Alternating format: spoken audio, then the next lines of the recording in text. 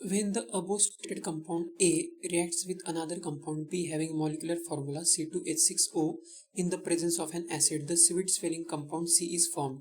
तो अब वो कंपाउंड यहाँ पे जो है वो भी हमने देखा प्रीवियस क्वेश्चन में, तो ये था एसिटिक एसिड CH3COOH।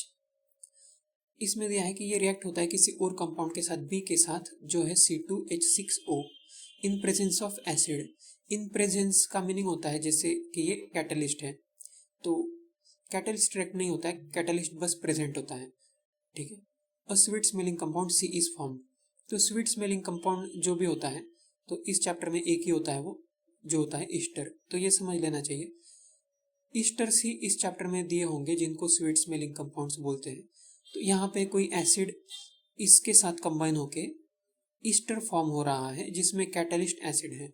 तो ये रिएक्शन कार्बन कंपाउंड्स में दिया होता है, बहुत फेमस रिएक्शन। एनसीईआरटी में अगर देखेंगे तो ये रिएक्शन है, इसमें एक एसिड है, सेमी एसिड है, एसिटिक एसिड, इसमें ये कुछ रिएक्ट हुआ है, इसी को वहां पे बी बोला है, और ये एसिड जो कैटलिस्ट जैसे काम कर रहा है। इसमें ईस्टर फॉर्म होगा जो होता है स्वीट स्मेलिंग सब्सटेंस, यहाँ पे दिया है, प्लस वाटर। तो ये क्वेश्चन जो वो एग्जैक्टली इसी रिएक्शन के ऊपर बेस्ड है।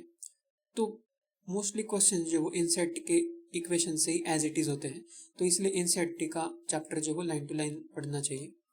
तो इसमें आइडेंटिफाई बी एंड सी, तो ये बी अभी हमने जो देखा इथेनॉल वही होगा, तो जिसको हम नॉर्मली ऐसा लिखते हैं C2H5OH, बस यहाँ पे थोड़ा अलग फॉर्मेट में लिखा है, H6O लिखा है, मीनिंग उसका सेम ही है।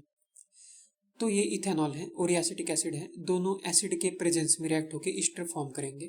तो आइडेंटिफाई बी एंड सी, तो बी हमारा होगा इथेनॉल, इथेनॉल मीन C2H5OH, और सी जो फॉर्म होगा वो होगा ईस्टर।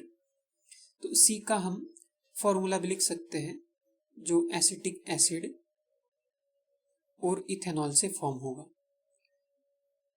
तो ये ईस्टर होगा, जो यहाँ पे एनसीईआरटी में भी देख सकते हैं ये कंपाउंड, तो ये ईस्टर है, इसी को क्वेश्चन में सी लिखा है। अब सेकंड क्वेश्चन अगर देखेंगे, state the role of acid, तो एसिड का रोल क्या है, तो अभी हमने डिस्कस किया एसिड का रोल बस कैटलिस्ट है, मतलब ये रिएक्शन का स्पीड इंक्रीज करेगा। थर्ड है right chemical equation for the reaction involve, तो इसमें एज इट इज एनसीईआरटी में ये जो दिया है ये पूरा रिएक्शन लिख सकते हैं आंसर में।